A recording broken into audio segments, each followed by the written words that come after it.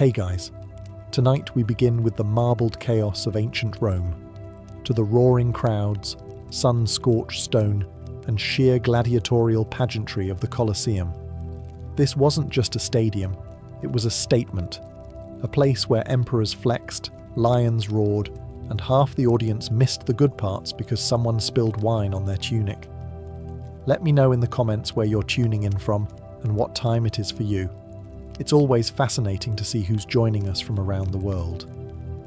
Now, dim the lights, maybe turn on a fan for that soft background hum, and let's ease into tonight's journey together. It's game day in ancient Rome, and if you're a proper Roman citizen, that means one thing: you are not sleeping in. You wake before sunrise, probably thanks to a neighbour loudly arguing about whether it's too early to start drinking watered-down wine. You roll off your stone-hard mattress, stretch your stiff limbs, and mentally prepare yourself to spend the next 12 hours packed into a stone stadium with 50,000 of your closest strangers. Why the rush? Because if you're not out the door before dawn, you'll be stuck sitting behind a column next to a guy who brought live poultry, and you'll miss the best parts of the show, namely, everything that doesn't involve someone blocking your view with a giant feathered hat. The Colosseum may have 80 entrances, but that doesn't mean they're organised. You're funneled in with the other citizens in your seating category, which, based on your sandals and general level of grime, places you somewhere between barely respectable and technically allowed inside. Senators and patricians get marble benches and shade. You get stairs and whatever breeze happens to sneak through the arches. Along the way, you pass food vendors shouting about honey cakes, sausage skewers, and suspiciously warm olives. You consider grabbing breakfast, but you also don't want to be holding a fig when someone elbows you in the spleen. Priorities. By the time you reach your seat, if you can call a sun-bleached slab of stone a seat, you're already sweating. It's not even 7 a.m. You pull your tunic into some approximation of a cushion, nudge a child out of the way, and sit down. Around you, the stands are slowly filling up with other bleary-eyed citizens, chatting loudly about the rumours of the day. Are there really 20 tigers? Did a German gladiator bite someone's ear off? Is the emperor attending? And if so, will he be in a good mood? You don't know, but you're here. That's what matters. You made it into the Colosseum before the gates closed and the executions began. You haven't fainted, lost a sandal, or been trampled. Yet.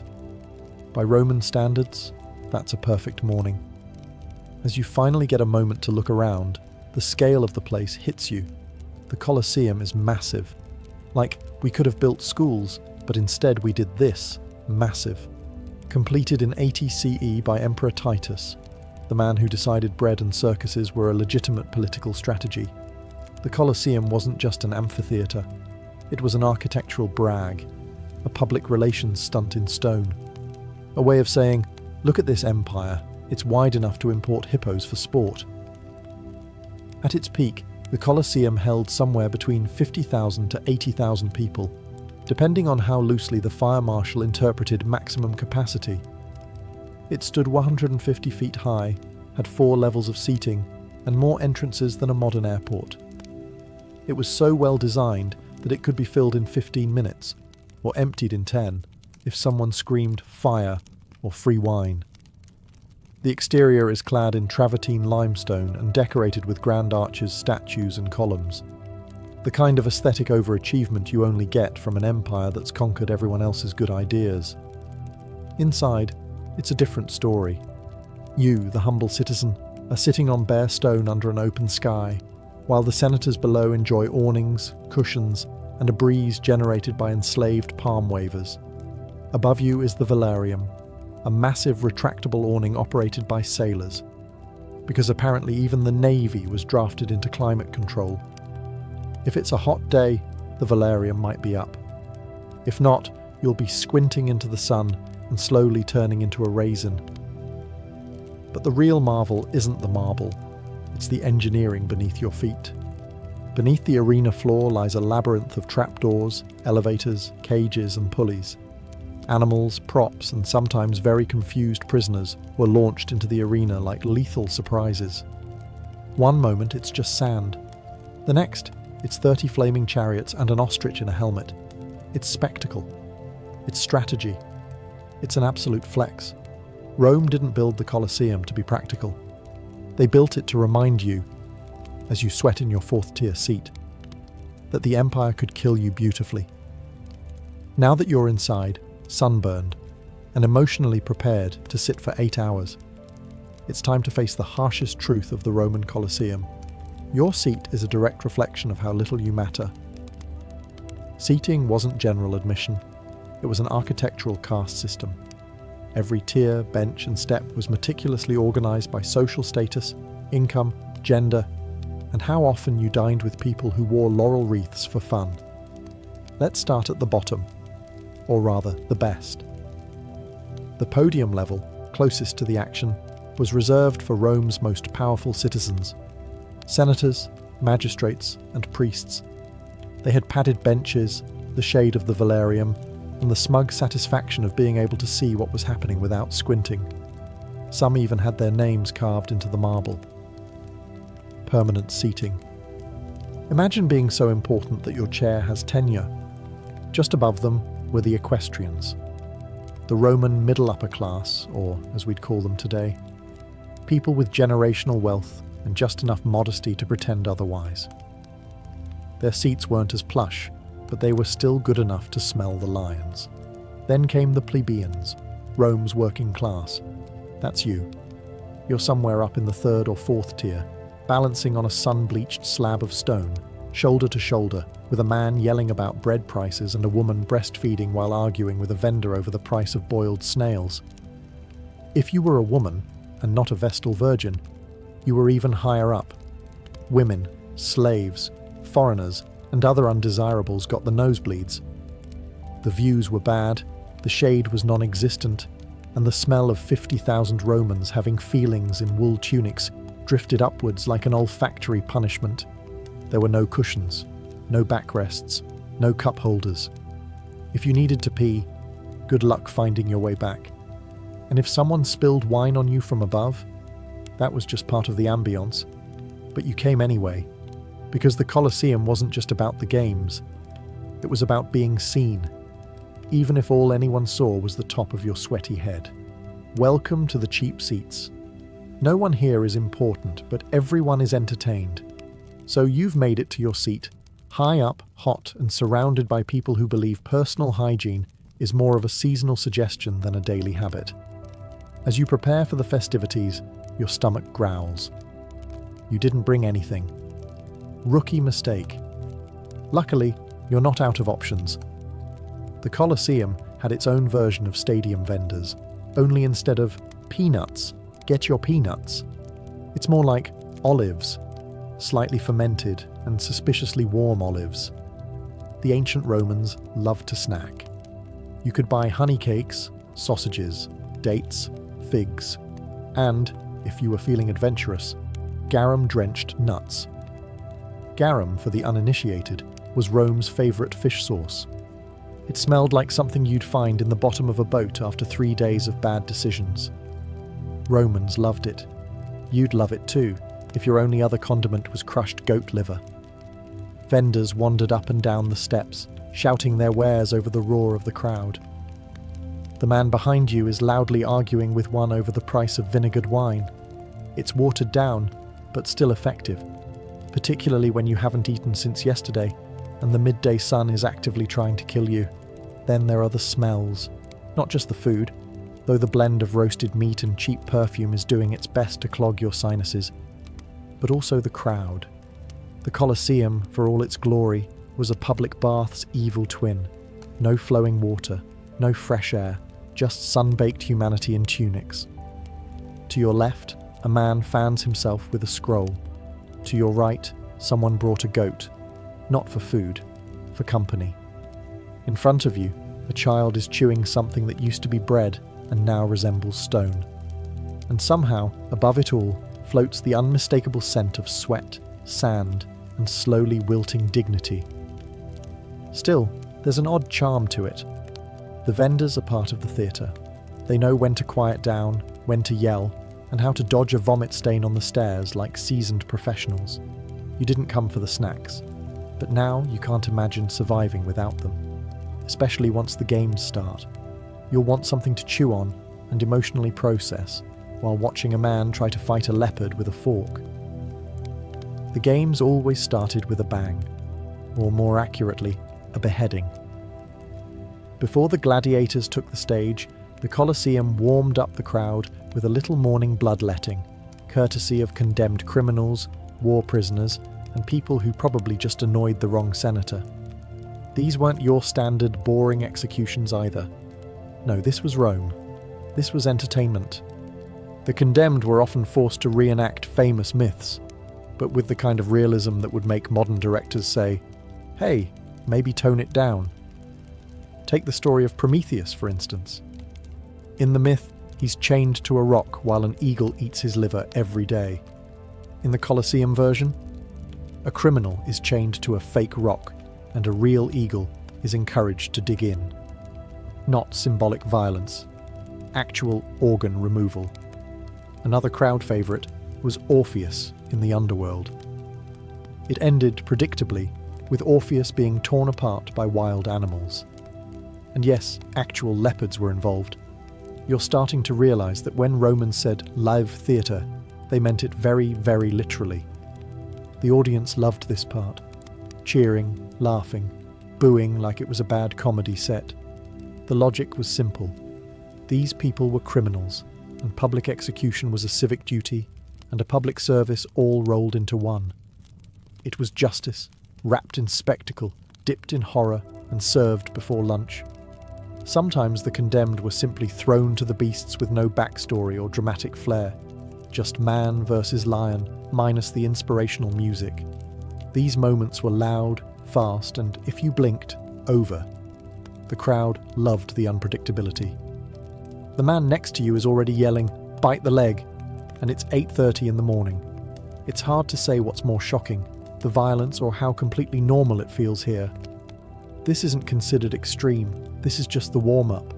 And as the final body is dragged off stage and the arena is raked smooth again, you find yourself clapping. Not because you're bloodthirsty, but because everyone else is clapping and you don't want to seem like the weird one. Congratulations, you're now emotionally invested, and the real show hasn't even started. After the criminals have been properly mythologized and dismembered, it's time for round 2 of the morning spectacle, the beast hunts, or venaciones, for those of you who like your Latin with a side of animal cruelty. Now, if you thought this part was going to be a calm interlude between gore and glory, think again. Rome didn't conquer half the world just to import silk and spices. No, they brought back everything with teeth. Lions from North Africa, elephants from India, bears from Gaul, ostriches from wherever ostriches came from before they regretted it. The arena floor transforms. Trees, fake rocks and scenery rise dramatically from hidden trapdoors, because why just butcher an animal when you can give it a theme? Then out comes the hunter, a venator. Not a gladiator, mind you. This guy has fewer muscles, more decorative feathers, and probably a deep sense of regret. His job is to show off, maybe fire an arrow or two, and dramatically dodge whatever angry carnivore bursts from the tunnel. Cue. A lion that hasn't eaten in 2 days. The crowd is thrilled.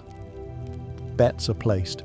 Someone behind you is already shouting, 2 sesterces on the lion. And the woman next to him is trying to sell fig pastries shaped like leopards. Capitalism lives. Sometimes it's one-on-one, hunter versus beast. Other times it's mass chaos. A dozen panthers released at once while archers on platforms try not to shoot each other. On special occasions, elephants are brought in. You haven't truly experienced ancient Rome until you've seen an elephant stomp on a wooden replica of a barbarian village, while an official explains how this represents Rome's triumph over uncivilized lands. It's equal parts nationalistic pageant and animal-themed panic attack. And if you're wondering whether the animals ever won, yes. Yes, they did. Sometimes the hunters didn't walk out, and the crowd loved that too. There's something deeply Roman about cheering both the hunter and the thing trying to eat him.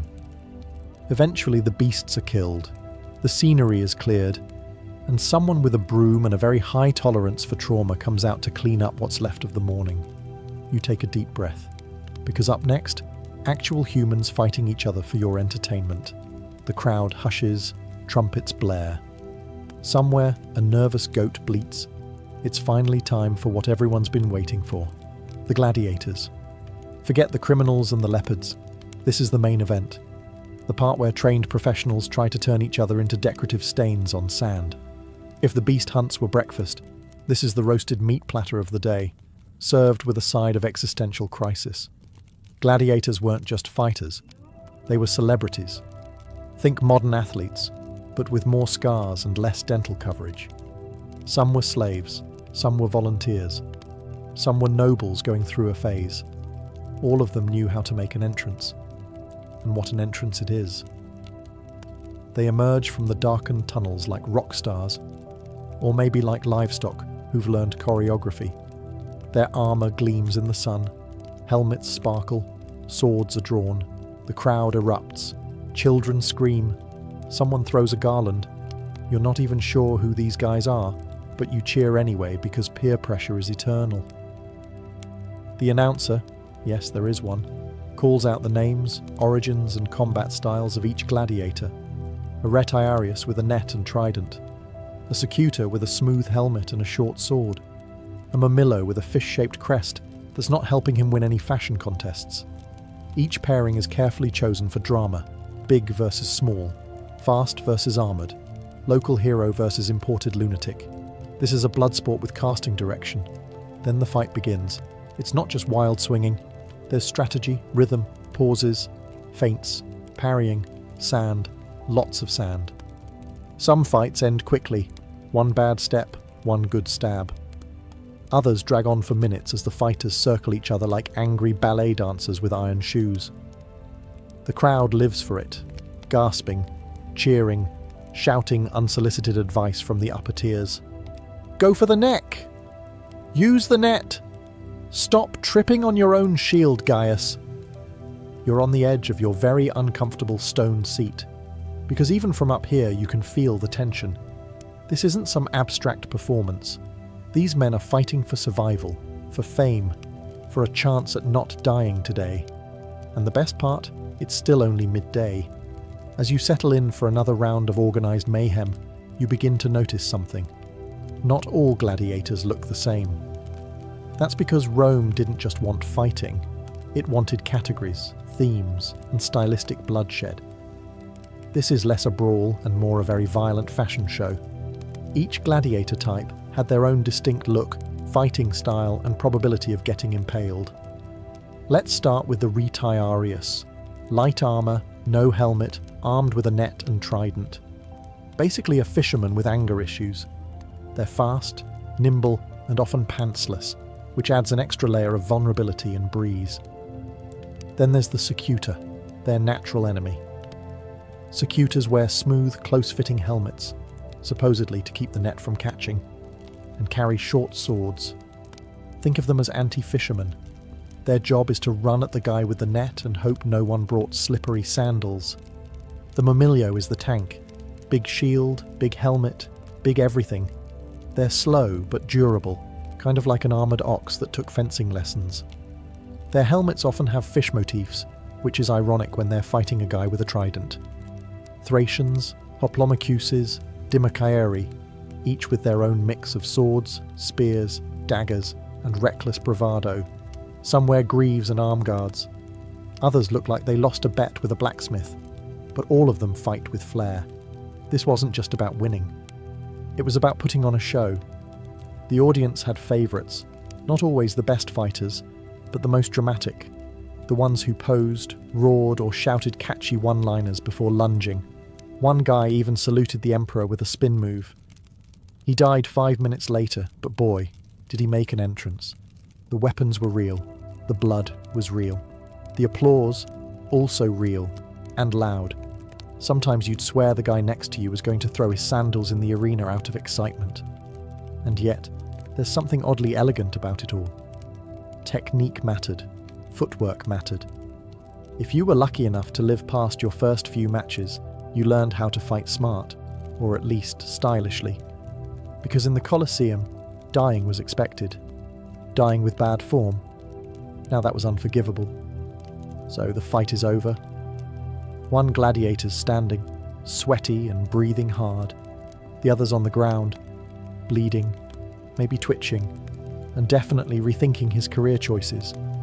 What happens now? Well, that depends on the mood of one man. The Emperor. Yes, the most powerful figure in the known world. The guy with a literal laurel wreath on his head and his own food taster. Now gets to play casual death god. The surviving gladiator looks up. The crowd roars, but the final call isn't theirs. It's His Imperial Majesty, seated comfortably in the best spot in the house, under an awning, sipping wine that probably costs more than your rent. Now, you've heard the stories. Thumbs up means mercy, thumbs down means death. But, like most things from ancient Rome, it's more complicated and more vague. Some historians think it was the reverse. Others think the emperor just waved his hand vaguely and hoped people guessed correctly. Regardless, the wounded man is looking up at the royal box with the desperation of someone who's realized that being popular was actually very, very important. If the emperor is feeling generous, or if the downed gladiator gave a particularly good show, he might be spared. The crowd might chant, "Mite!" Let him go. If he was boring, clumsy, or worst of all, a foreigner who didn't smile enough, the crowd chants, "Ugula!" Kill him. And the emperor, he might listen, or he might shrug and signal doom while reaching for a honey cake. Sometimes the crowd sways the verdict. Other times, the emperor uses it as a political stunt, a chance to look merciful in front of the plebs or brutally decisive in front of senators. It's public relations through bloodshed, and if death is ordered, the victor steps forward and delivers the final blow. Clean, swift, theatrical. Or, if he's feeling spiteful, dramatic and messy. Either way, the loser dies with a bit of dignity and a lot of sand in his mouth. The crowd applauds. A flute player strikes up something cheerful. Slaves come to drag the body away and rake the arena smooth.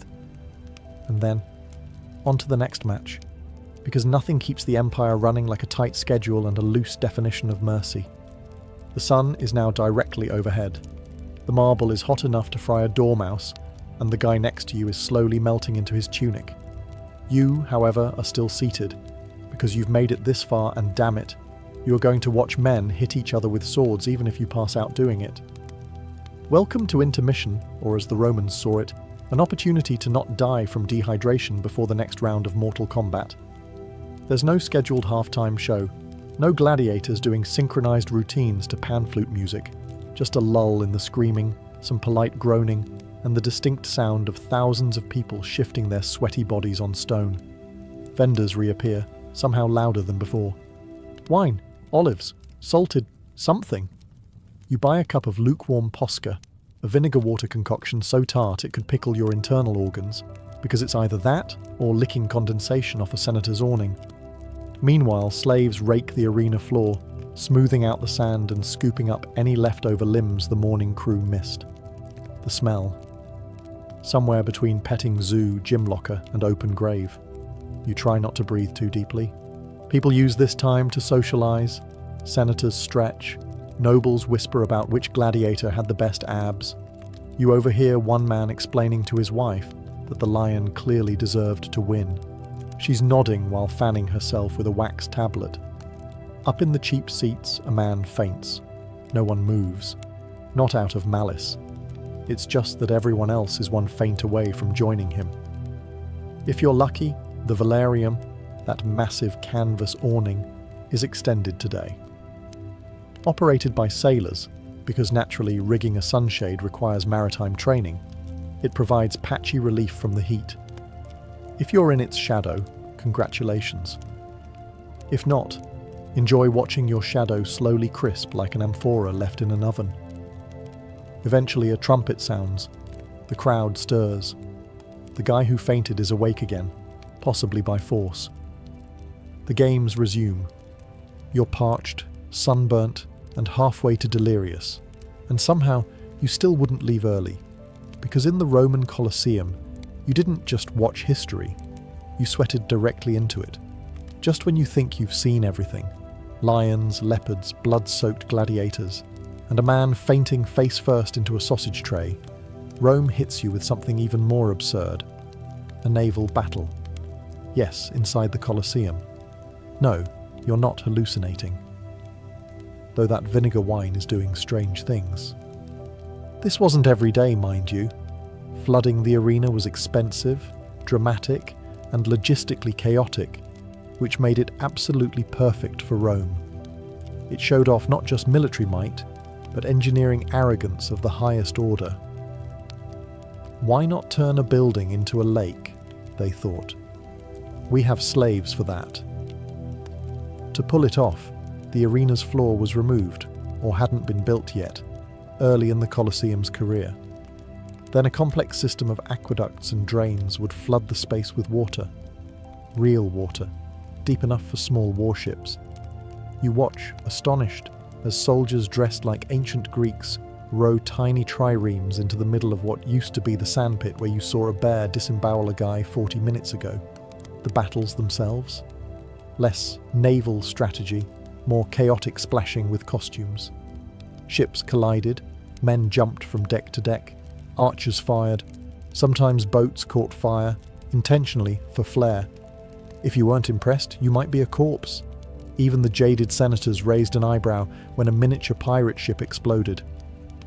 Of course, the participants weren't career sailors. They were condemned men, often criminals, prisoners of war, or just people who fell behind on taxes at the wrong time. Their job was to die theatrically in a puddle that smelled vaguely of donkey sweat and fish sauce. Still, the crowd went wild. This was storytelling on steroids. Mythological reenactments, famous sea battles, all performed live with props, special effects, and a suspiciously high casualty rate. Think historical reenactment meets live action drowning. When it was all over, the water was drained. Quickly, somehow. Probably by people whose job titles were simply, "Don't ask." You sit in awe, wondering how you'll ever return to watching street musicians or mimes after this. You've just witnessed an indoor war at sea, and they're not even done. Because after naval combat, it's time for the grand finale. The sun begins to dip, the shadows stretch across the arena sand, and the scent of crushed olives, sweat, and existential dread lingers thick in the air. You've watched men fight beasts, boats sink in a surprise lake, and more blood than you expected to see in one sitting. Logically, this would be the time to go home, take a sponge bath, and question your life choices. But no, this is Rome, which means it's time for the grand finale. A final, carefully choreographed orgy of violence and theatre designed to leave the crowd staggering home in either awe or nausea. Sometimes this meant massive group battles, dozens of gladiators released at once, charging each other in carefully planned chaos. Shields clanged, swords flew, sand kicked up like someone dropped a bag of flour into a wind tunnel. It wasn't subtle, but then again, neither is anything Rome does. Other times they ended with a spectacle so outrageous it defied reason. Think, a gladiator team versus elephants wearing armor, or a duel staged to recreate a legendary myth where both men have rehearsed their deaths for weeks, and then one of them accidentally wins for real. This is where the showmanship peaks. Dying men still try to pose. Survivors scream to the heavens. The crowd, on their feet, a sea of tunics, fists, and enthusiastic moral flexibility. People chant for their favourites. Garlands are thrown. If a gladiator survives the day and has really impressed the crowd, he might even be awarded a wooden sword, the Rudies, and his freedom. It's rare, but when it happens, everyone cries. Even the wine vendors. The emperor stands, nods, waves, or does something appropriately majestic. Maybe he leaves early, bored. Maybe he makes a speech. Either way, the day ends not with a whimper, but with thunderous applause and the distant sound of someone vomiting from too much sun and garum. You, exhausted and deeply confused about your ethics, rise with the others. Your tunic is stained, your back is numb, and your mind is filled with scenes you'll never quite be able to explain at dinner. And yet, you'd absolutely come again tomorrow, because no one stages a blood-soaked standing ovation quite like Rome. The trumpets have faded, the last gladiator has limped off stage, possibly upright, possibly being carried like a tragic meat sack. The crowd begins to stir, stretch, and engage in that most timeless of Roman traditions, judging everyone else's opinions out loud. As you make your way toward the exit, or try to, it's basically a tunic-based traffic jam. The post-show buzz kicks in. Everyone suddenly becomes a gladiatorial expert, despite having spent most of the fight arguing with their cousin about fermented goat cheese. I told you the Thracian was going to win. No, the Secutor was robbed. Total sabotage. That elephant didn't even try. Clearly sick. Meanwhile, the vendors haven't missed a beat. They're still selling watered wine and mystery meats with the same enthusiasm they had 8 hours ago. Nothing pairs better with dramatic trauma than a warm skewer of questionable protein. The streets outside the Colosseum are a medieval music festival meets garbage fire. The city didn't really have a sanitation department, unless you count stray dogs and disgruntled slaves. Discarded laurel wreaths, broken amphorae, food wrappers made from leaves, all blending into what scholars would later call archaeological evidence. Children reenact their favourite kills with sticks and alarming accuracy. Drunken spectators stagger home, proudly retelling the time a lion made eye contact with them. Someone starts singing. No one knows the words. No one cares. If a gladiator survived the day and was particularly popular, his name will spread through the streets before sunset.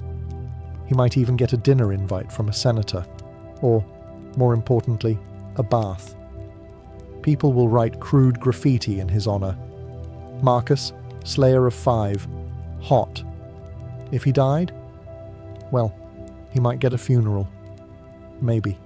Depends on the budget. And you? You're exhausted, covered in a thin layer of sand and regret, and your calves feel like they've been kicked by a centurion, but your heart is pounding, and your brain is still buzzing with every scream, cheer, and trumpet blast. The games are over, for today. But the stories, the arguments, the glory, those will echo through Rome until the next time the Colosseum gates creak open, which conveniently is probably next week. By now you may be wondering, just how much did all this cost? The animals, the armour, the scenery, the wine that tasted like regret. None of it came cheap. Welcome to the economics of Roman entertainment, a financial sinkhole so massive, it probably made accountants weep into their togas. Let's start with the Colosseum itself. Built under Emperor Vespasian and finished by his son Titus, this stone behemoth took over a decade, thousands of labourers, and an ungodly amount of concrete to complete. It could seat upwards of 50,000 people, none of whom paid for tickets. That's right. Entry was free, which is a lovely way to build goodwill and a terrible business model. So, how did they fund this blood-soaked variety show?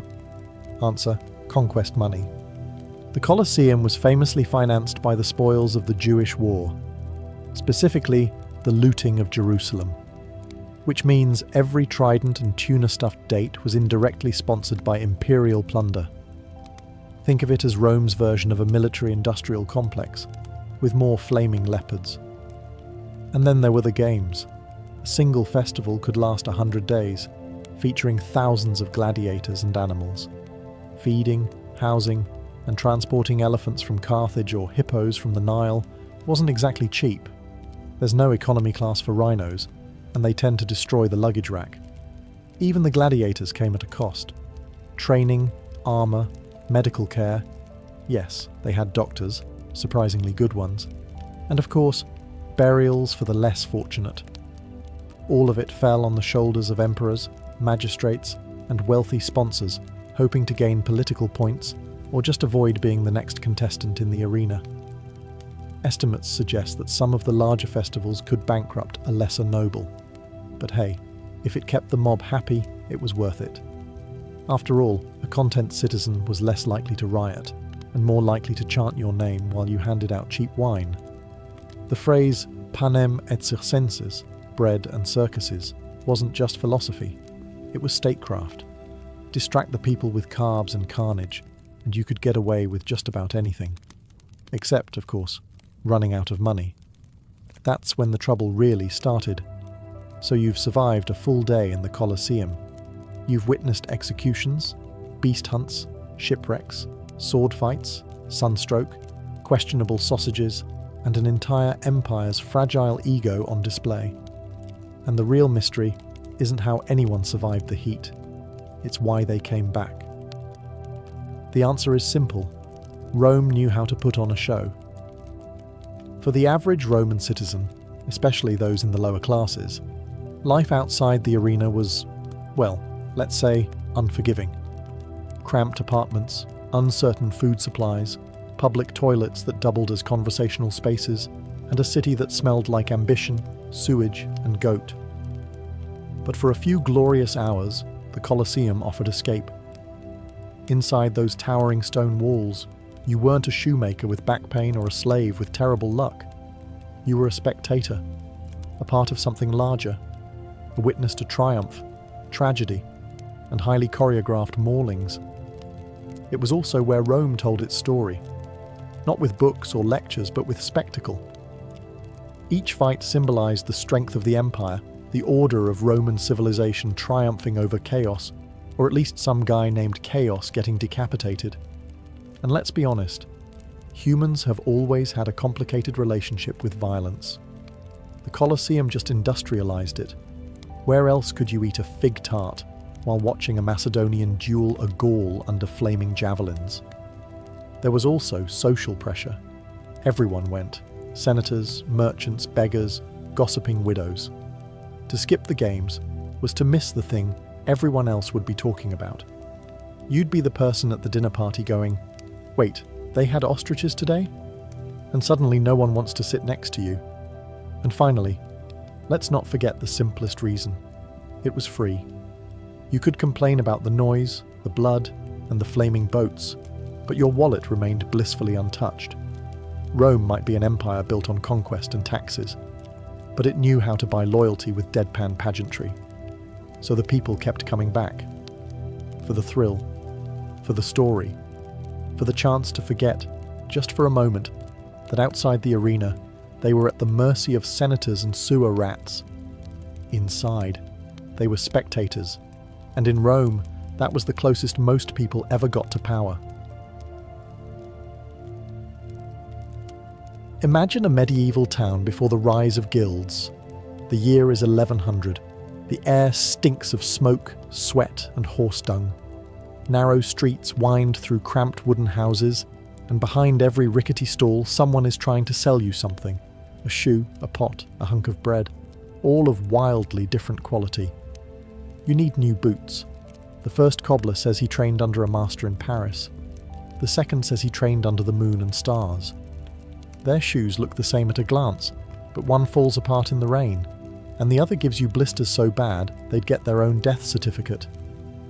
This was the medieval economy before regulation, a chaotic buyer beware world of guesswork and salesmanship. Artisans were mostly on their own. There were no standard training paths, no oversight, and no organisation protecting the interests of workers or customers. Anyone with tools and a prayer could claim to be a craftsman. Some of them were geniuses.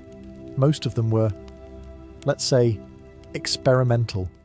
If you were an apprentice, good luck. Maybe you were lucky enough to learn under a skilled blacksmith who didn't drink molten iron. Or maybe your master used you as a glorified bellows and taught you nothing useful except how to avoid being hit with a hammer. Your career success depended almost entirely on who you managed to beg, bribe, or flatter into training you, and forget fair wages. Since there were no collective bargaining rights, employers could pay workers whatever they wanted, usually the bare minimum unless you had connections or muscle. Customers weren't safe either. Bread might be filled with sawdust, pottery might crack before you got home. Tailors could cut you a doublet so misshapen it looked like it had been made for a goat with scoliosis. Quality and honesty were optional, not required. There was a growing sense of dissatisfaction. Towns were expanding, trade was increasing. The risks of shoddy craftsmanship and dishonest dealers became more than just local annoyances. They threatened economic stability. And out of that chaos, a solution began to form. One that would reshape not only work, but entire cities. They called it the Guild. So how did the guilds begin? Slowly, quietly, out of necessity, like all great systems. In towns across Europe, skilled artisans and tradesmen began to meet in taverns, churches, and even under trees in the village square. They were bakers, smiths, tailors, carpenters, men and women whose livelihoods were being undercut by frauds, cheats, and hacks. They didn't call it a guild at first, just a gathering of those who actually knew what they were doing. At first, it was about protecting their name. If someone sold a warped sword and called themselves a smith, that reflected badly on all smiths. So they started setting rules. Don't undercut prices, don't use cheap materials, don't train fools. It wasn't long before these little circles formalized. They gave themselves names, codes of conduct, and, crucially, control. If you wanted to work in their town as a mason, for example, you had to go through them. No approval, no customers, no job. These early guilds were part labor union, part trade school, and part secret society. And yes, there were candles, chants, and weird initiation rituals, because this was medieval Europe, and everything had candles and weird initiation rituals. Guilds didn't just form in big cities.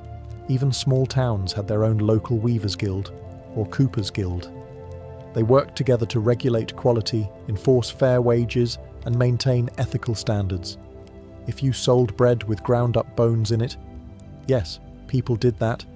The Bakers' Guild would fine you, shame you, and possibly throw you out. Good luck making a living after that.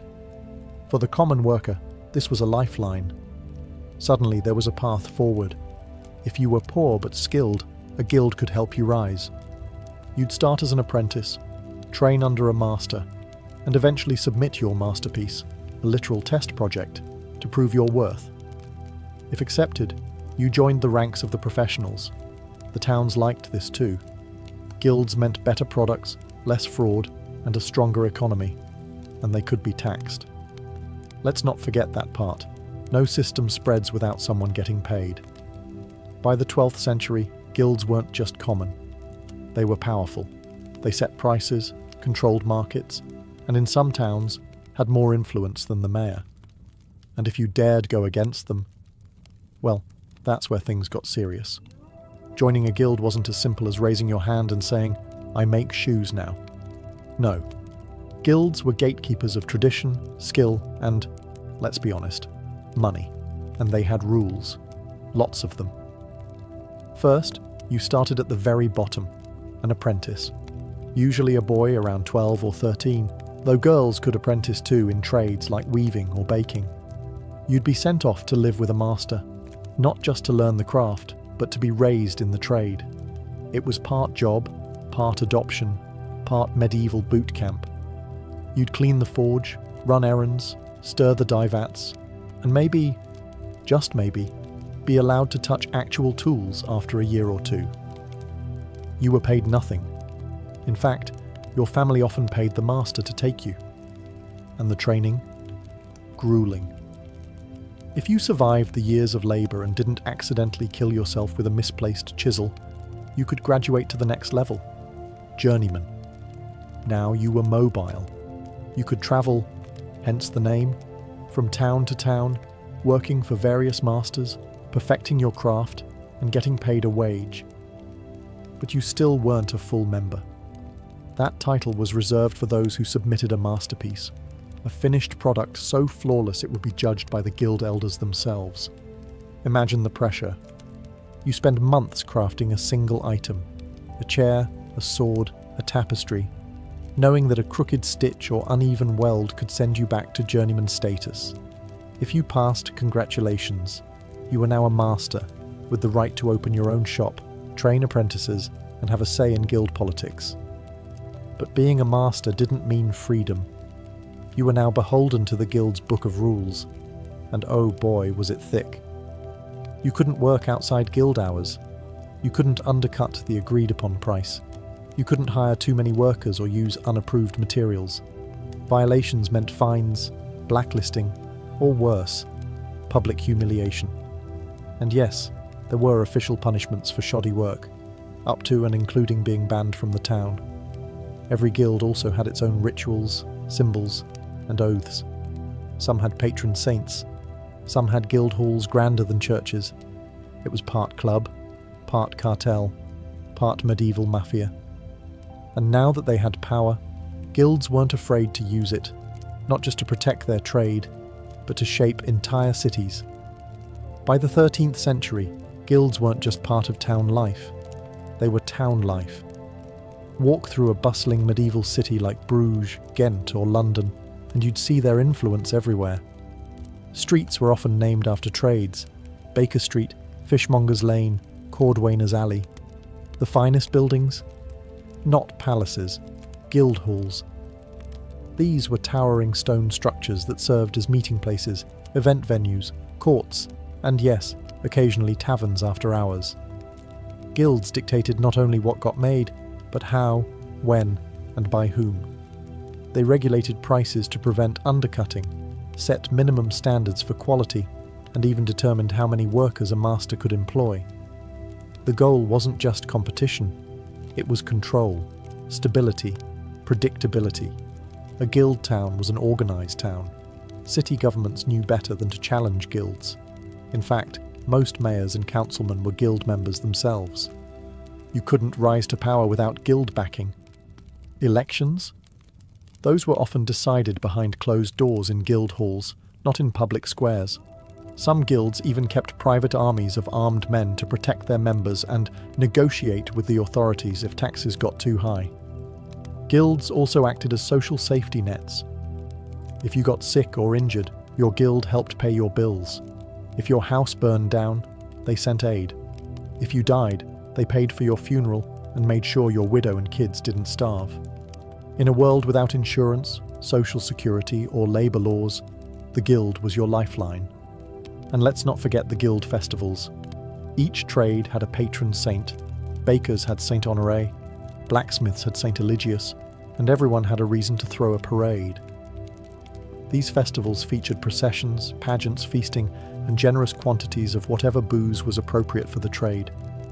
Sometimes they even had competitive games. Imagine a tug of war between butchers and tailors, and you'll get the vibe. Of course, guilds didn't always play nicely with each other. Tensions often flared between different trades, especially when overlapping duties created turf wars.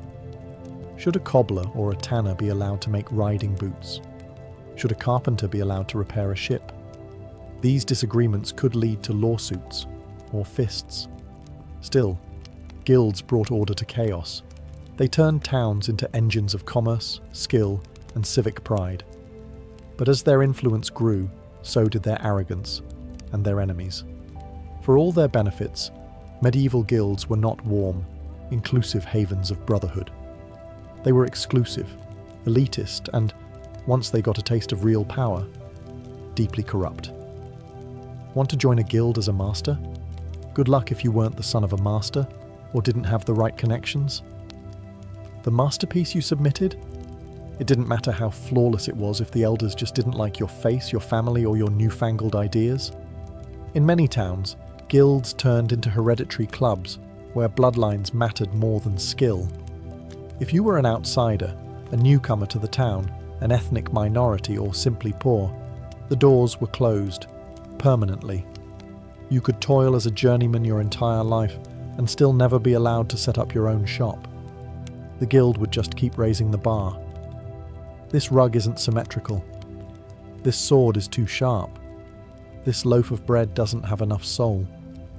They had 100 ways to say no. And if you tried to work without guild approval, they'd shut you down, literally. Guild enforcers, and yes, that was a real thing, would smash your goods, drive out your customers, or fine you into poverty. In extreme cases, rogue craftsmen could be publicly flogged, imprisoned, or exiled. The guilds called it protecting standards. Critics called it a monopoly. Guild masters also played dirty with politics. Many bribed officials to maintain their privileges, dodged taxes, or bullied rival guilds out of influence. Blacksmiths might sabotage carpenters, brewers might rat out bakers, and tailors might rig a vote to secure city contracts. These weren't just craftsmen, they were kingmakers. And then there were the women.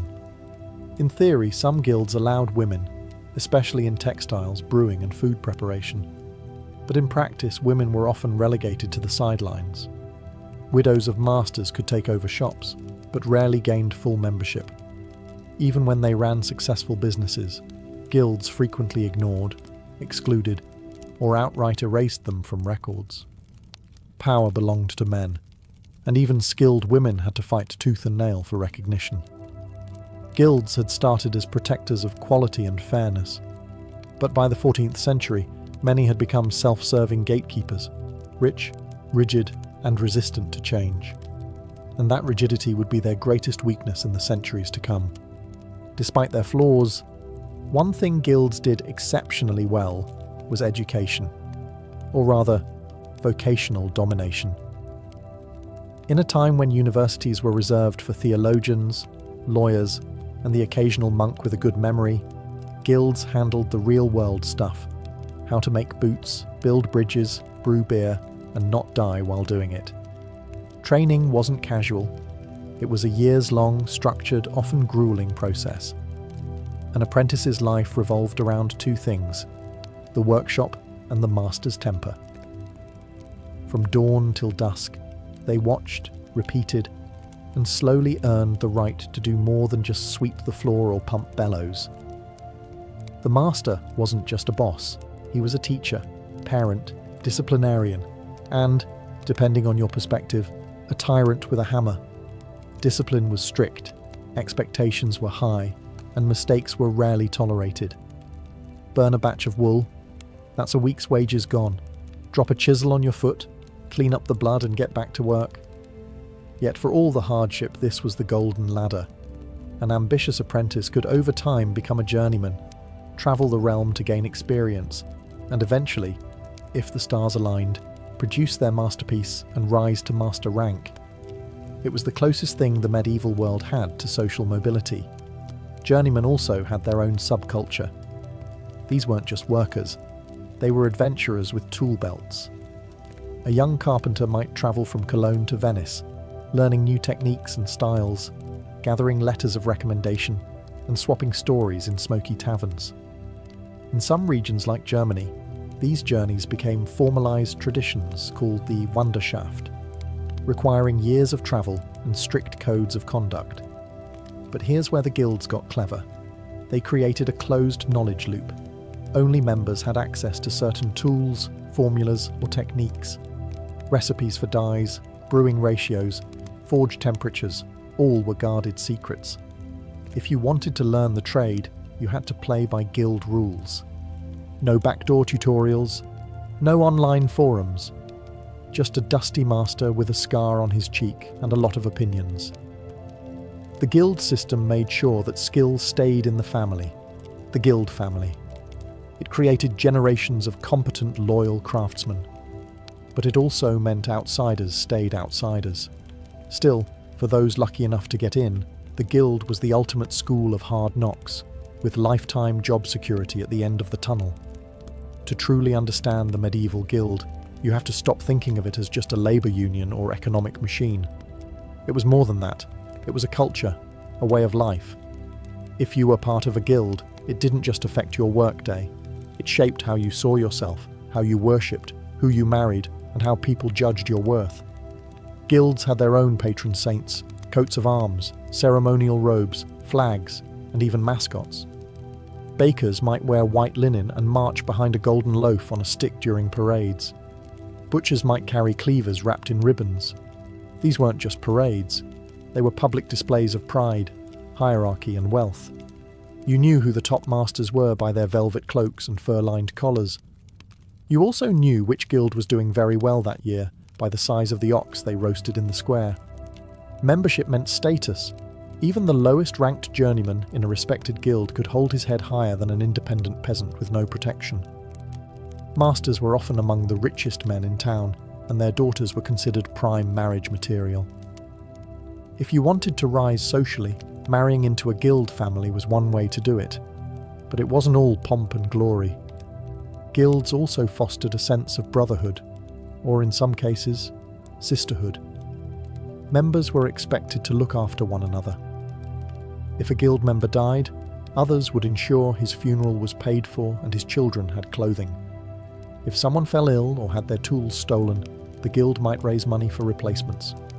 It was a tight-knit community bound by oaths and shared experience, and sometimes beer. The guild calendar also shaped the rhythm of the year. There were feast days, saint days, guild anniversaries, and holy obligations. Members were expected to attend mass together, contribute to charitable works, and celebrate their trade's significance with pride. It gave structure to a world otherwise ruled by uncertainty, war, plague, famine, and reminded craftsmen that their labour had divine approval. In a society where identity was everything, being a guild member told the world who you were. Not just your profession, but your place in the grand medieval order. But as Europe began to change, the world started asking, could that order survive? For centuries, guilds had ruled the streets, economic titans in velvet cloaks. But by the late 15th and 16th centuries, cracks began to appear in their stone-solid foundations.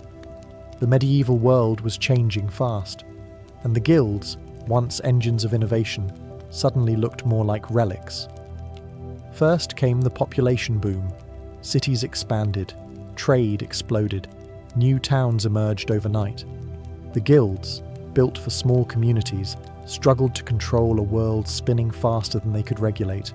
Their carefully crafted rules couldn't keep up with the flood of new workers, new goods, and, worst of all, new ideas. Then came the merchants. While guilds made things, merchants moved them, and they didn't care about tradition. They cared about profit. They formed their own powerful associations, merchant leagues, shipping cartels, banking dynasties. Unlike craft guilds, these groups didn't care whether your thread was spun by hand or powered by a water wheel. Efficiency trumped purity. The Renaissance didn't help either. Suddenly, thinkers and reformers were questioning everything: religion, monarchy, even the old trade hierarchies. Critics called guilds stiflers of progress, too rigid, too protective, too obsessed with secrets. Inventions like the printing press spread new techniques far and wide, bypassing guild approval entirely. But the biggest blow came from capitalism. As Europe moved toward market-based economies, entrepreneurs started opening workshops outside guild control. They hired dozens of unskilled labourers to mass-produce goods at lower prices. No masterpiece required. This early form of industrialization made the old apprentice journeyman master ladder look painfully slow. And as monarchs centralized power, they began breaking guild monopolies. Kings and queens wanted direct control over trade and taxes. Guilds were in the way. Charters were revoked, rules rewritten, privileges stripped.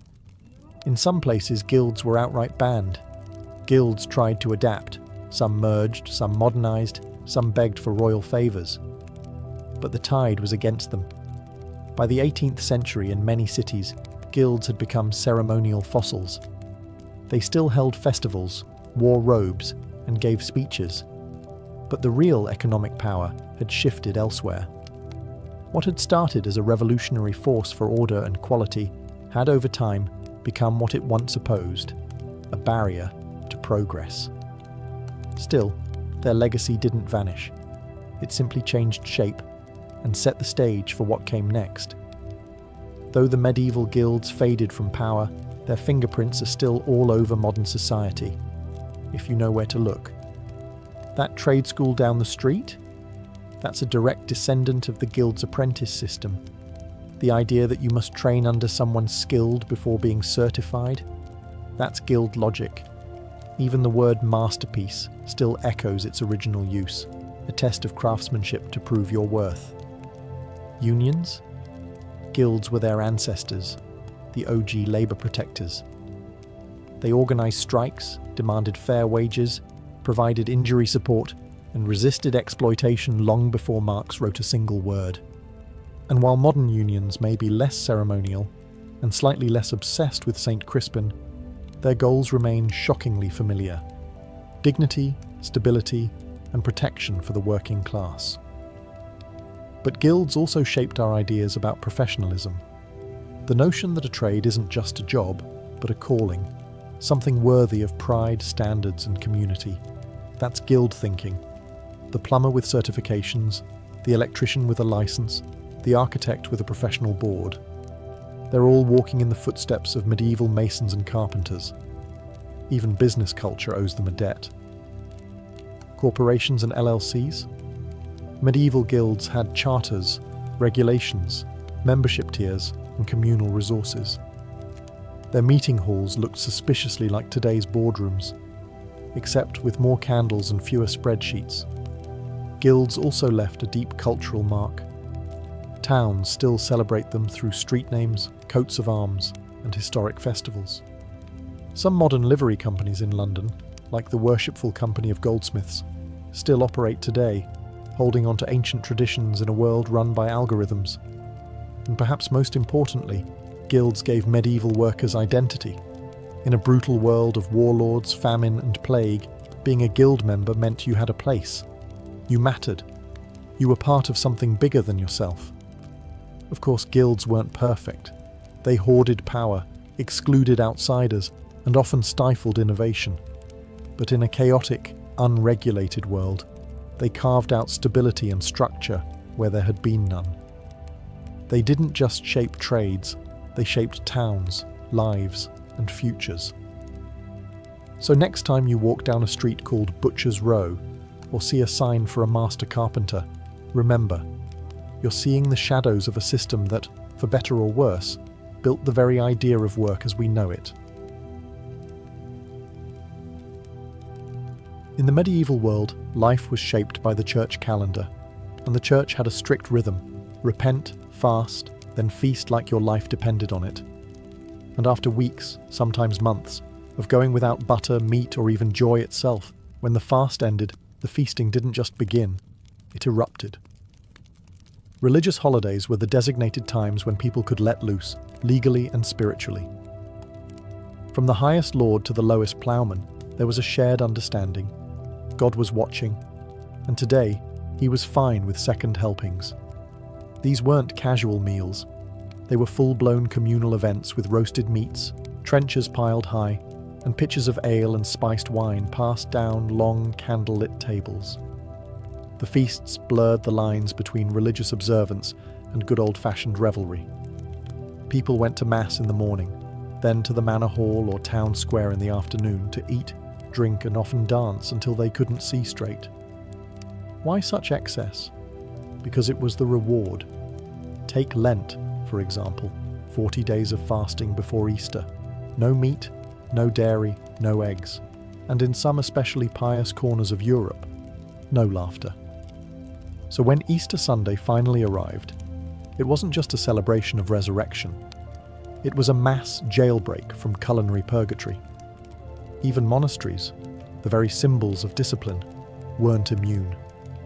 On feast days, monks would lay out fine breads, fish stews, fruit pies, and yes, even wine. They followed the rules, sure, but they also found creative ways to define what fasting really meant. Spoiler, beaver tails counted as fish. These holiday feasts were social glue. Neighbours sat elbow to elbow. Rich and poor mingled, though not exactly equally. Lords hosted massive banquets to show off their wealth and piety.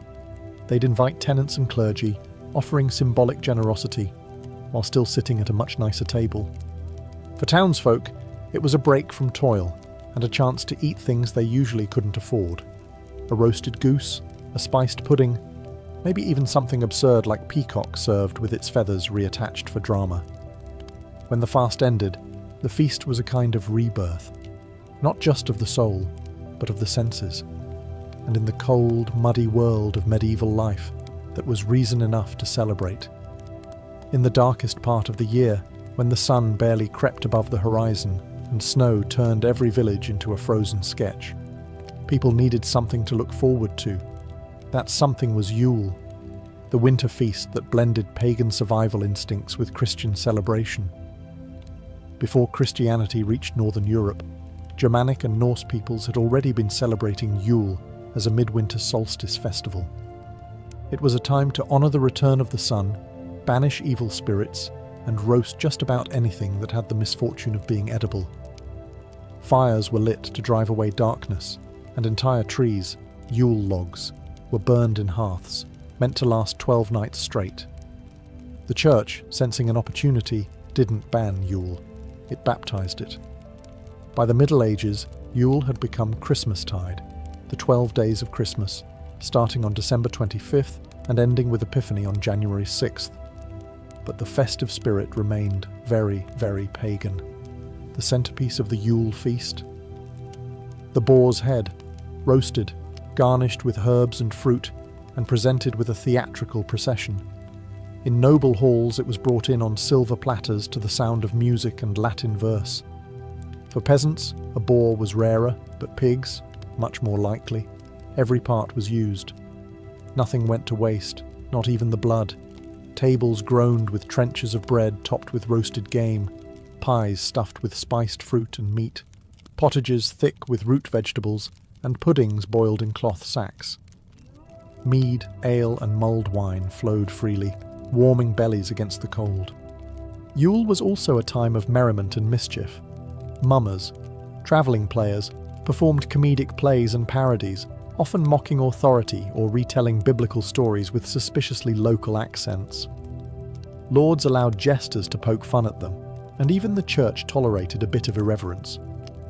In some places, the Feast of Fools allowed lower clergy to don costumes and stage mock ceremonies. It was absurd. It was chaotic. It was sanctioned. Gifts were exchanged, carols were sung, and homes were decorated with holly, ivy, and evergreens, symbols of life in the dead of winter. Yule wasn't just a feast. It was survival dressed as celebration. In the bleak heart of winter, it reminded people that life, light, and laughter still had a place at the table. If Christmas was the feast of joy, Epiphany was the feast of meaning. Celebrated on January 6th, Epiphany marked the visit of the Magi, the wise men, to the Christ child.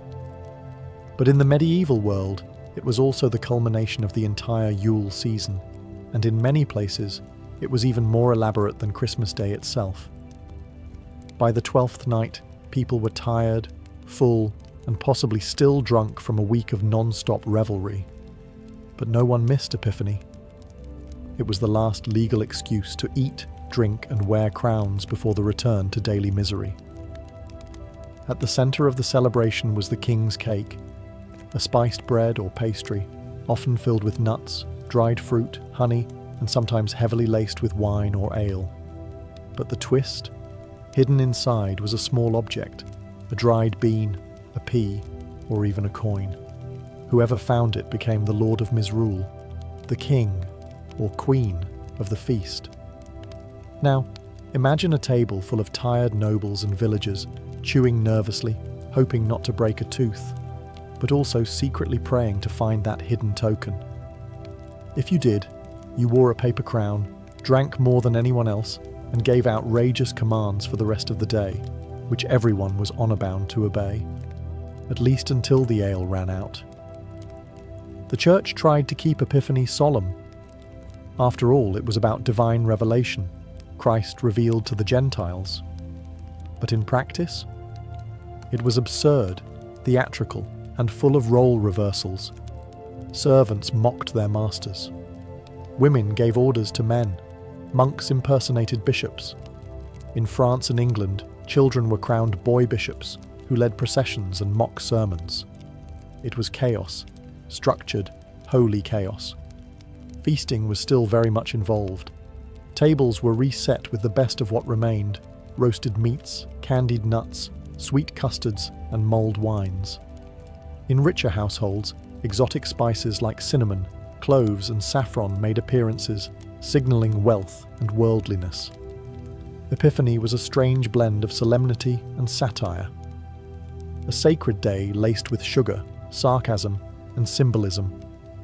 It reminded medieval people that even in the most rigid social order, there was space, however briefly, for play, inversion, and mystery. After Epiphany, the long winter resumed. But for one last, glittering night, the world turned upside down, and everyone played along. If medieval feasts were fire, Lent was the ice bucket. Lasting 40 days, not counting Sundays, Lent was the season of discipline, denial, and spiritual grit, leading up to the great triumph of Easter.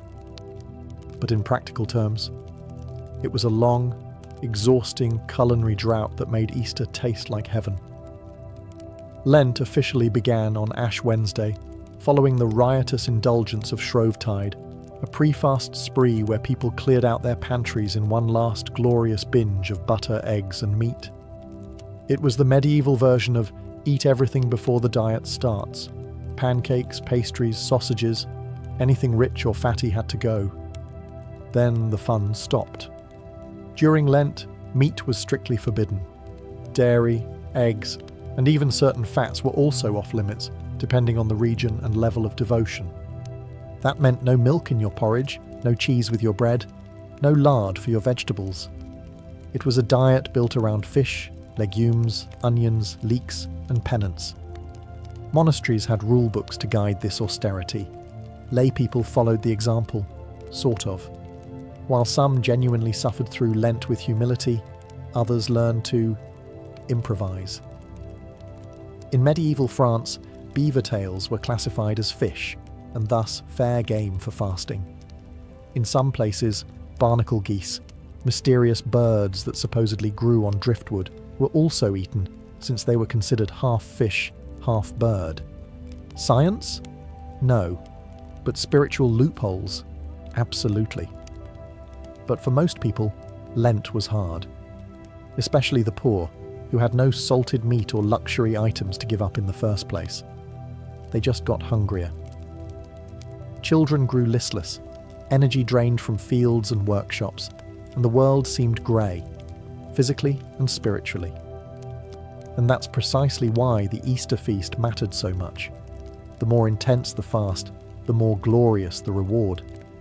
Lent wasn't just a theological ritual. It was a psychological setup for the most joyous meal of the year. The deprivation carved out space for the celebration. By Holy Saturday, kitchens came alive.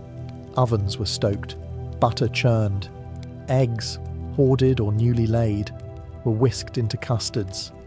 Lambs were prepared, sweetbread spiced, wine uncorked. The long hunger would end soon, and what followed wasn't just a feast. It was an explosion of colour, taste, music, and resurrection. After 40 days of grey skies, grey food, and grey moods, Easter arrived like a thunderclap of joy. It was the holiest feast of the Christian calendar, a celebration of Christ's resurrection, yes, but also a visceral explosion of colour, music, and culinary indulgence. This was not a simple meal. It was redemption on a plate. The feast began after the Easter Vigil, a long late-night church service on Holy Saturday. People gathered with candles, sang hymns, and waited for the return of the light, both literally and spiritually. When the bells finally rang and Christ is risen was proclaimed, the entire town seemed to exhale. At last, the fast was over. The feast could begin. And what a feast it was. Roast lamb was the centerpiece, both symbolic and delicious. It represented the Lamb of God, of course, but also the return of meat after 6 weeks of staring longingly at fish stew. Wealthier households might also serve ham, veal, or even a whole suckling pig, apples in its mouth and all. For those who couldn't afford meat, they made do with eggs, cheese, and breads enriched with butter, luxuries that had been forbidden just days before. Eggs were everywhere, boiled, dyed, baked into pies, or hidden inside sweet custards. They symbolized new life and resurrection, but let's be honest, People had just been hoarding them for weeks because chickens don't stop laying during Lent. Come Easter, the backlog became bounty. There were breads braided with herbs, honey cakes topped with dried fruit, and spiced wine poured liberally. Vegetables returned to the table, often roasted in animal fat for that rich, forbidden flavour. In towns with Jewish populations, some elements of Passover feasting even made their way into Easter meals, bitter herbs, flatbreads, and storytelling. The atmosphere, joyful chaos. Musicians played, children shouted and played egg-rolling games. Nobles handed out coins and sweet buns to the poor as acts of public piety. Monks prepared elaborate tableaux of the resurrection, complete with costumes, chanting, and stage effects involving smoke and bells. Easter wasn't just a religious observance, it was a rebirth of the senses, a cosmic party after a long spiritual drought. And in a medieval world full of war, plague, and hunger, that kind of joy was not just welcome, it was sacred. When we think of the medieval church, we tend to picture monks in silence, stern priests wagging fingers, and rules, lots of rules. But here's the twist. The church wasn't just the moral referee of the medieval feast scene. It was often the host, chef, and party planner. Feasting and faith went hand in hand, especially on holy days. The church calendar didn't just mark fasting periods, it also dictated feasting ones. Nearly every major celebration had a liturgical justification and a table groaning with food. Saints' days, holy days, martyrdoms, miracles, all worthy of a good meal. Monasteries, for example, weren't just quiet enclaves of prayer. They were food powerhouses. Many owned vast tracts of farmland, vineyards, breweries, and fisheries. Their kitchens could rival noble households in size and output. On feast days, they'd roll out courses of baked fish, fresh bread, soft cheese, fruit conserves, and if the day was really special, sugar. The white gold of the medieval world. For bishops and abbots, lavish hospitality was practically expected. It showed piety, generosity, and power. Hosting a proper Easter or Epiphany banquet, complete with clergy, nobles, and poor villagers, was as much a religious act as saying Mass. It was charity wrapped in pastry. Even lower clergy participated. Parish priests would often hold feasts for their congregations, blessing the food and wine before joining in.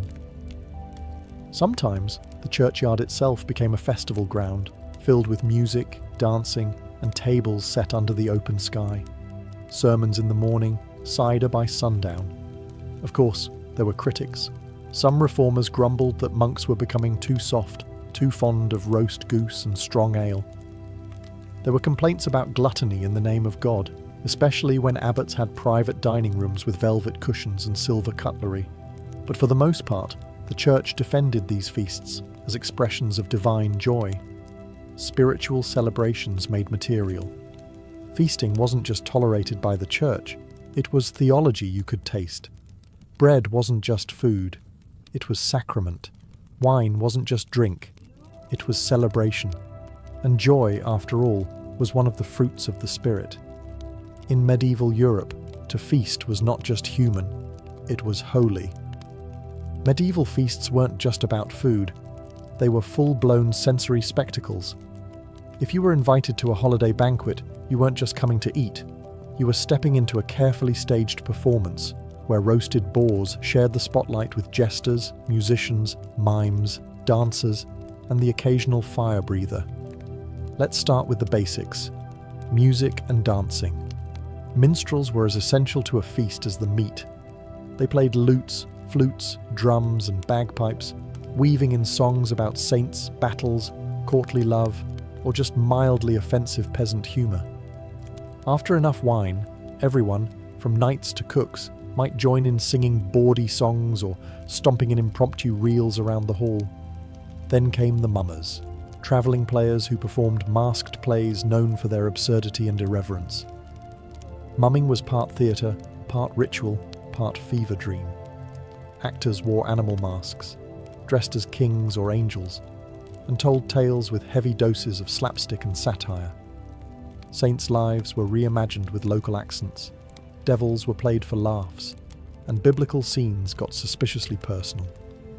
The Feast of Fools, in particular, leaned hard into this, turning the world upside down with mock sermons and role reversals. And of course, there was tableside entertainment. Ever seen a meat pie that, when sliced, released a flock of live birds? Medieval diners did. It wasn't uncommon for dishes to double as stage props. Pastries shaped like castles, sugar sculptures of dragons, even roasted swans redressed in their feathers. These were culinary stunts designed to make jaws drop. Rich lords might hire acrobats or animal trainers, even dwarfs or jesters, to perform tricks between courses.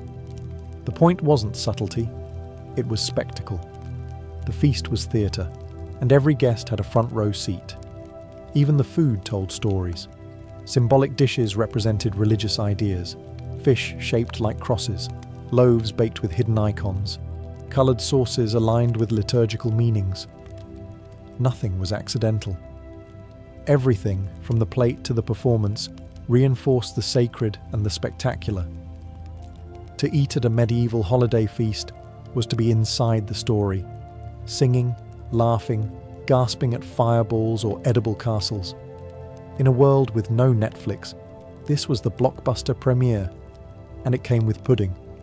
Not all medieval feasts were created equal. While the holiday calendar was shared by everyone, peasant, priest, and king, what actually landed on your plate varied wildly depending on your status. In theory, everyone was celebrating the same holy day. In practice, you might be chewing on cabbage stew while the nobility dined on roasted peacock. Let's start at the bottom, the peasantry. Holiday feasts were a rare break from monotony and hunger. Most of the year, meals were built around grain, porridge, coarse bread, and whatever seasonal vegetables survived the cellar. But on major feasts like Easter or Epiphany, even the poorest households scraped together something special. A chicken might be slaughtered. Butter, hoarded for weeks, could be churned and slathered on fresh bread. Simple pies were filled with apples or onions. Ale flowed a little freer. And if a local lord was feeling generous, he might host a public feast in the village square, offering roasted meat, soup, or sweet buns to the masses, partly out of piety, partly out of political optics. In towns, the emerging middle class of merchants and artisans feasted with more flair. They had access to better ingredients, imported spices, and bigger ovens. Their holiday tables might include dried fruits, honey cakes, sausages, meat pies, and cheese aged in cellars under cobbled streets. Guilds often organized communal feasts, reinforcing both brotherhood and social order. It was a display of civic pride and financial success. But then there were the nobles, for whom feasting was performance art. A royal Christmas or Easter banquet wasn't just a meal, it was a message. Roasted boars with apples in their mouths, towers of marzipan, fish dyed gold, pastries shaped like animals, castles, even saints. Each course arrived with music, fanfare, and sometimes a line of servants bearing flaming torches. Their ingredients came from far and wide: cinnamon from Ceylon, sugar from Venice, oranges from Spain. Dishes were elaborate, excessive, and meant to impress. And unlike the peasants, nobles dined on white bread, fine wine, and meats forbidden to others during fasting periods, all thanks to special permissions or medical reasons. So yes, everyone feasted, but your place at the table and what was on it said everything about who you were in the world. Long after the last boar's head was served, long after the mummers stopped performing, and the church bells rang out their final holiday hymns, the memory of medieval holiday feasts lingered, in hearts, in recipes, and in rituals that still echo today. For medieval people, these feasts weren't just indulgent distractions. They were anchors of identity, marking the passing of time and tying the sacred to the communal. In a world of plagues, bad harvests, and political upheaval, the annual rhythm of Yule, Epiphany, and Easter offered reassurance that joy still returned, that light followed darkness, that the fast always gave way to the feast. Even as the centuries rolled on and the Middle Ages gave way to the Renaissance, then to modernity, many of the core traditions survived. Christmas as we know it, the roasted meats, the Yule log, the gift-giving, the decorated greenery, all have roots in medieval customs. So do king's cakes, now enjoyed in places like France, Spain and New Orleans during Epiphany, and Mardi Gras, still hiding a tiny token inside for a lucky reveller. Easter too kept its flavour. Eggs, once symbols of resurrection and rationed treasure, remain centerpieces. Easter lamb, whether real or symbolic in chocolate form, continues to grace modern tables. Even hot cross buns, traced to ancient Lenten customs, still show up every spring in supermarkets and bakeries. But perhaps more lasting than the food itself is the idea of feasting as sacred. The belief that certain days are meant to be set apart, for gathering, for gratitude, for remembering that joy too is holy, is a medieval inheritance. Holiday feasts weren't just about gluttony, they were acts of hope, defiance even. A community saying, "We are still here, we still believe, we still celebrate." In an age before refrigeration, industrial ovens, or supermarkets, pulling off a holiday feast took planning, sacrifice, and imagination. It required whole communities working together, baking, roasting, singing, praying. And the payoff was never just a full stomach. It was laughter, storytelling, shared humanity. A brief taste of heaven. In the grand halls of imperial Rome, where marble gleamed and whispers travelled faster than horses, Faustina the Younger entered the world in 130 CE. She was not born into ordinary nobility, she was born into the pinnacle of Roman prestige. Her father was Antoninus Pius, a man destined to become emperor. Her mother, Faustina the Elder, was already an icon of Roman matronly virtue. Faustina the Younger didn't just inherit wealth or a name, she inherited expectation. Raised in the elite imperial court, Faustina grew up surrounded by statues of gods, guarded by senators, and tutored by some of the sharpest minds in the empire. She learned Latin and Greek before most Roman girls learned how to weave. Her education wasn't ornamental, it was political. She was trained in Stoic thought, in the art of rhetoric, and in the careful performance of virtue. Her childhood was a dress rehearsal for empresshood, but behind the polished bronze and public rituals, Roman imperial life was a tightrope walk. Faustina was not just her parents' daughter, she was a piece on the board, a tool to reinforce dynastic succession and public trust in the Antonine family. From the moment she could walk, every gesture was part of a wider play. Her smile was diplomacy, her silence, calculation. And yet, even in this rigidly controlled environment, Faustina showed signs of strength. She was known for her poise, her presence, and later, her charisma, traits that would serve her well in a world dominated by political intrigue and fragile male egos. Her lineage set her apart. She was the great niece of Hadrian, future wife of Marcus Aurelius, and mother to the infamous Commodus. Even before her marriage, her destiny was set in stone, literally. Busts of her mother lined temples, coins bore her name, and poets praised her bloodline as divine. But greatness is a double-edged sword. The same fame that elevated Faustina also placed her under constant scrutiny. Whispers would follow her for the rest of her life, some adoring, others scandalous. From the beginning, she wasn't just a Roman woman. She was a symbol, and in Rome, symbols had to shine, or be shattered.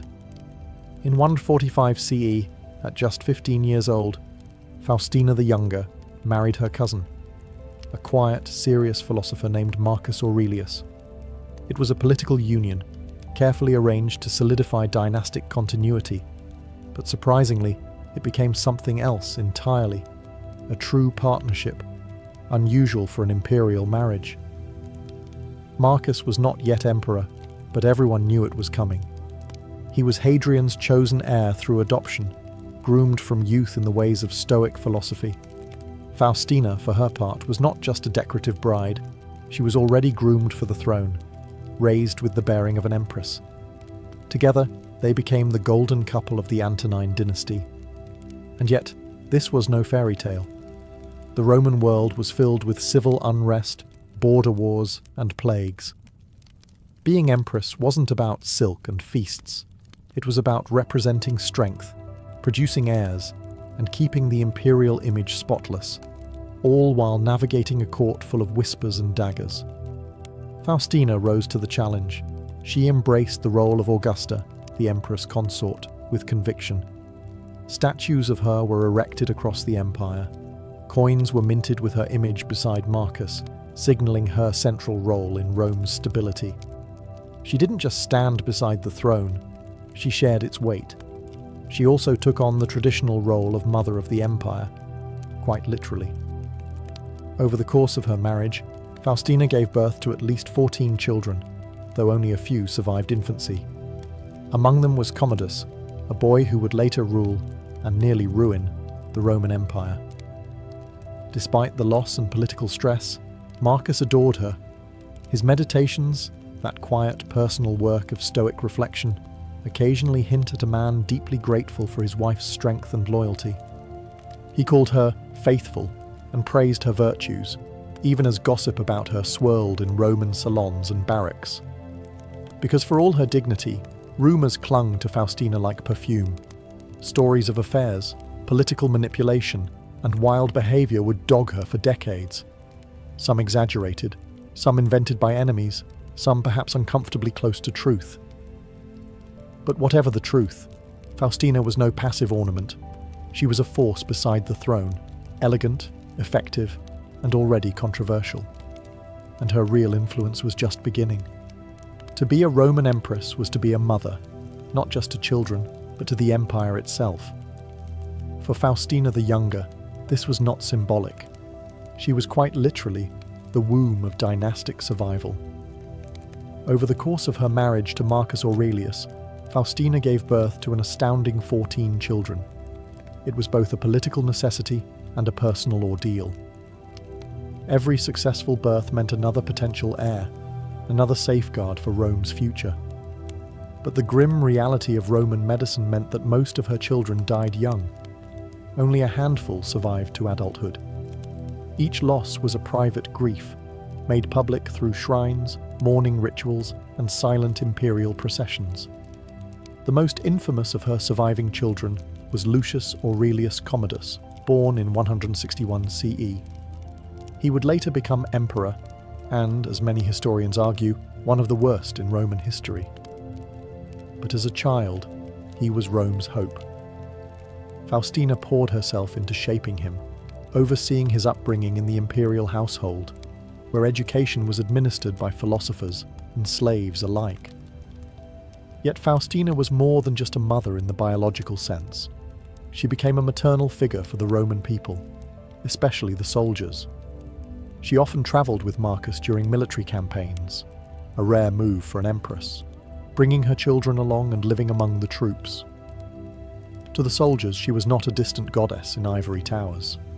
She was there, visible, regal, and present in moments of both triumph and fear. In return, the army adored her. She was called Mater Castrorum, Mother of the Camp. It was a title no other empress had borne before her. It wasn't ceremonial, it was earned, and it mattered. Roman soldiers were notoriously difficult to impress, yet Faustina's presence calmed camps and inspired loyalty. Her symbolic power reinforced Marcus Aurelius's own authority. Together, they were not just emperor and empress, they were the parents of Rome. But with influence came resentment. Not everyone believed a woman should hold such sway over public morale and imperial policy. Behind the scenes, whispers about her grew louder. Was she truly loyal? Was she too powerful? Was she hiding something? One thing was clear.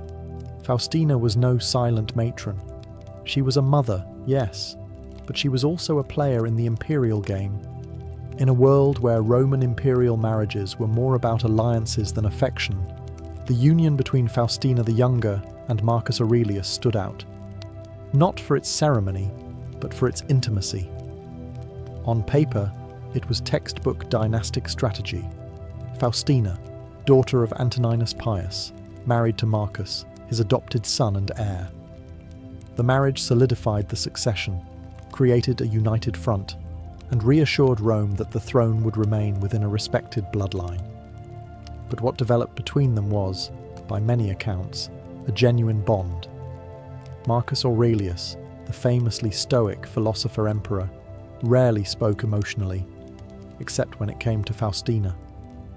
In his Meditations, a deeply private text never meant for publication, he wrote of her as his most faithful and beloved wife.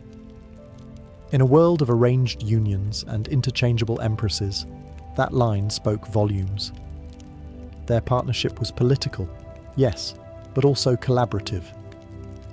Faustina travelled with Marcus on campaign. She supported his decisions, even in the brutal chaos of frontier warfare. In return, Marcus honoured her publicly. He granted her unprecedented titles, minted coins bearing her face, and involved her in key ceremonial roles. She wasn't just an accessory to power, she was half of the equation. And yet, the Roman public was divided. To the military, she was a beloved presence. To the Senate and aristocracy, she was a more complicated figure. Rumours trailed her like perfume. Some claimed she had lovers among the gladiators. Others whispered of political manipulation, emotional instability, even conspiracy. There was no concrete proof, only shadows and hearsay. But the Roman elite was never one to let facts get in the way of a juicy scandal. What's remarkable is that Marcus never wavered. While other emperors might have exiled or quietly replaced a troublesome wife, Marcus remained loyal. Either he didn't believe the rumours, or he didn't care. Their marriage lasted 30 years, through war, plague, rebellion, and immense personal loss. And while historians still debate whether the loyalty was mutual, the emperor's devotion was undeniable. In the end, theirs was a marriage everyone watched, half scandal, half legend, entirely unforgettable. But as the empire descended into chaos, even the strongest unions would face breaking points. For all her titles, triumphs, and imperial honours, Faustina the Younger was never free from the long shadow of scandal. From the palaces of Rome to the far-flung provinces, her name stirred admiration, suspicion, and sometimes thinly veiled disgust. The Roman elite whispered that Faustina was unfaithful, impulsive, and dangerously ambitious. The most infamous rumour? That her son, Commodus, was not the child of Marcus Aurelius, but the product of an affair with a gladiator. It was a story fit for the amphitheatre, the empress, descending from her marble pedestal to consort with the bloodied champions of the arena. Scandalous? Absolutely. True? Almost certainly not. Yet the story persisted, not because of evidence, but because it fit the narrative the Senate wanted to believe. They despised Commodus and needed someone to blame for his erratic, cruel reign. Faustina, already dead when Commodus took power, made a convenient scapegoat. There were other stories too, tales of political scheming, of manipulating Marcus behind the scenes, of playing favourites at court. Critics painted her as a Roman Helen of Troy, a woman whose beauty and influence could sway the empire's fate. And like most powerful women in ancient history, that mix of visibility and authority became a magnet for slander. It didn't help that Faustina often travelled with the military, a realm traditionally reserved for men. Her presence in the camps, while celebrated by the soldiers, was seen by some senators as improper. What kind of empress sleeps under canvas, dines with centurions, whispers orders outside the forum? Even her charity work, her sponsorship of orphanages and support for the poor, was twisted into political theatre by her detractors. Was she truly generous, they asked, or simply buying love to offset her personal reputation? Through all of it, Marcus Aurelius never flinched. He continued to refer to her as loyal, honoured her with statues, and praised her memory after her death. Either he was blind to her faults, or he knew the rumours were just that, rumours. In truth, the scandal says more about Rome than about Faustina. A powerful woman who defied quiet expectations was bound to attract enemies. And Faustina, for better or worse, never played small.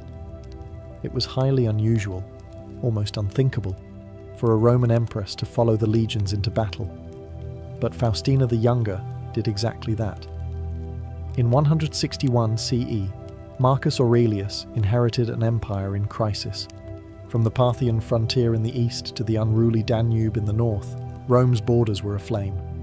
Civil unrest, disease, and foreign invasions turned what might have been a philosopher's reign into a soldier's grind. And through it all, Faustina travelled with him. She didn't just make ceremonial appearances. Faustina lived among the troops, enduring the same cold, mud, and tension as any officer. She visited camps, oversaw supply distributions, and tended to the morale of soldiers. To the men, she wasn't just a distant goddess on coins. She was there, in person, bearing the hardships of war with imperial grace. It was during these campaigns, especially along the Danube during the Marcomannic Wars, that Faustina earned her most famous title, Mater Castrorum, or Mother of the Camp. It was more than a flattering nickname. It was a formal recognition of her presence, leadership, and connection with the legions. This was revolutionary.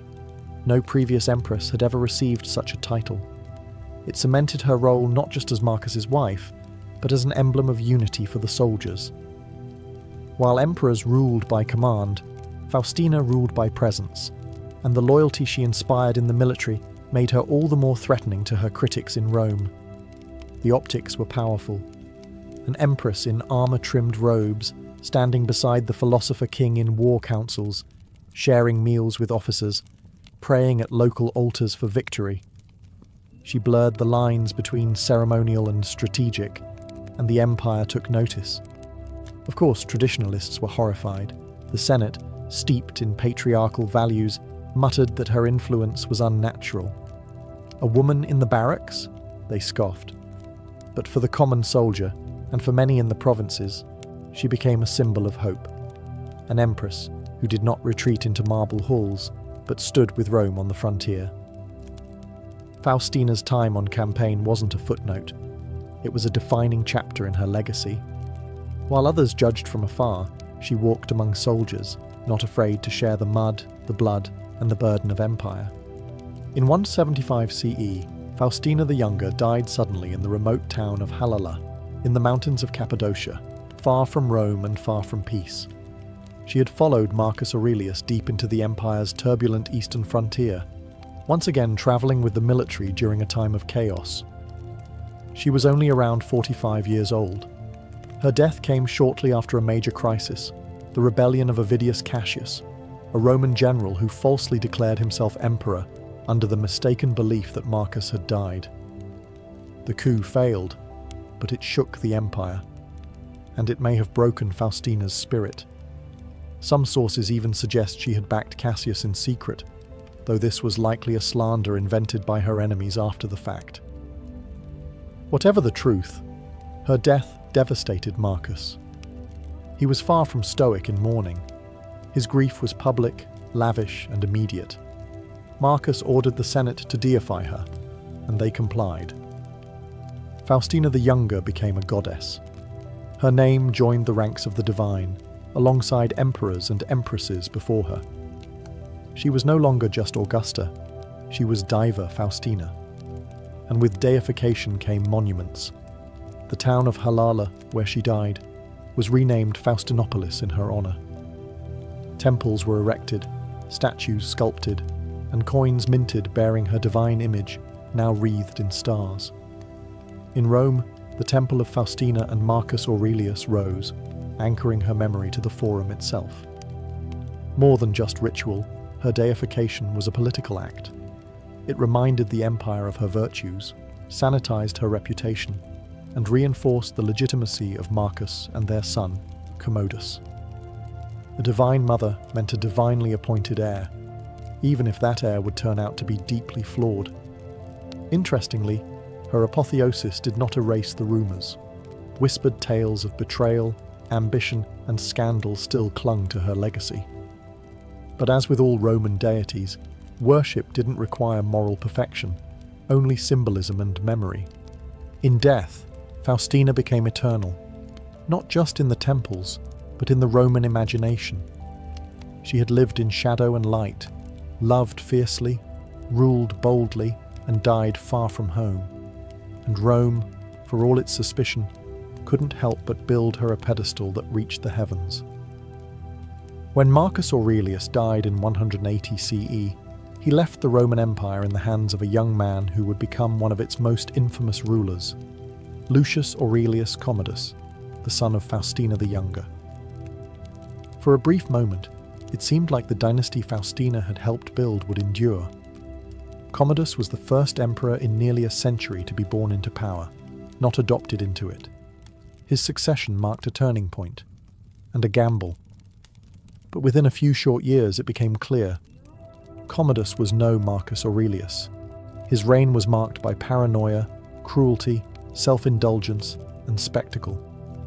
He fancied himself Hercules reborn, fought in the gladiatorial arena, renamed Rome after himself, and left the administration to a rotating cast of sycophants and assassins. And inevitably, the question arose: was Faustina to blame? Ancient historians, always eager to moralize, looked backward through Commodus's madness and found, conveniently, his mother. They dredged up every rumor, every whisper of infidelity, every accusation of scheming, and painted Faustina as the true seed of the empire's corruption. If Commodus was a monster, surely his mother had either birthed it or molded it. But this is more political narrative than fact. Faustina died when Commodus was just a teenager. By all accounts, she had played a central role in his early education and upbringing, surrounding him with tutors, philosophers, and statesmen. She travelled with him on campaign, helped prepare him for imperial life, and oversaw his introduction to Roman politics. But no mother, divine or mortal, could completely control the future, not in a world as unstable and brutal as Rome.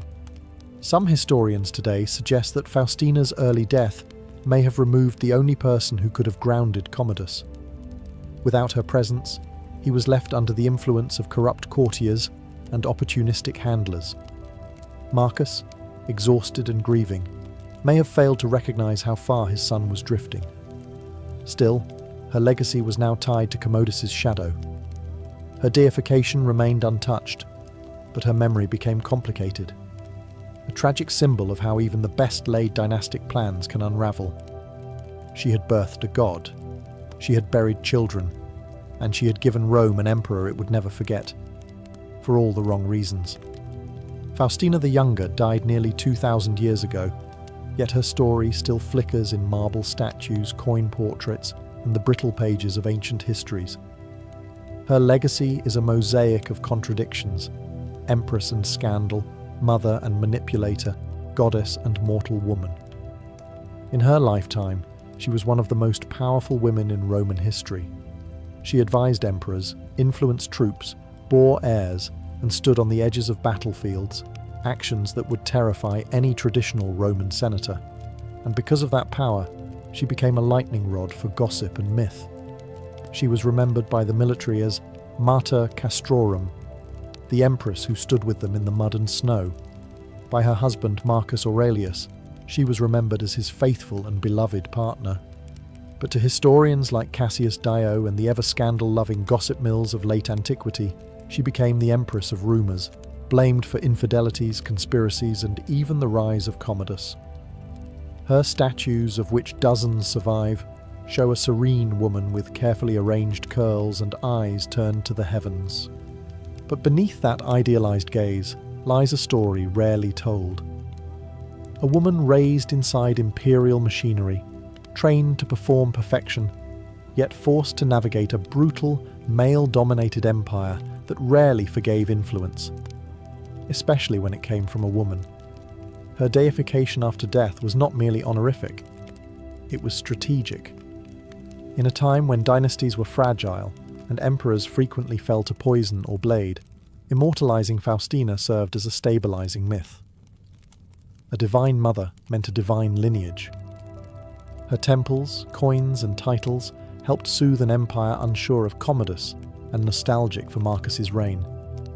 But even today, historians remain divided. Was Faustina a model empress who upheld duty in the face of war and grief? Or a savvy political player who cloaked ambition in maternal virtue? Perhaps both. Perhaps that's what makes her unforgettable. She lived in a world of shadows and spectacles, where women could rule only if they wore a mask. Faustina wore many: goddess, wife, mother, seductress, soldier's muse. But behind the bronze and legend was a human being, navigating power, loss, and love, in the heart of the most dangerous empire in the world.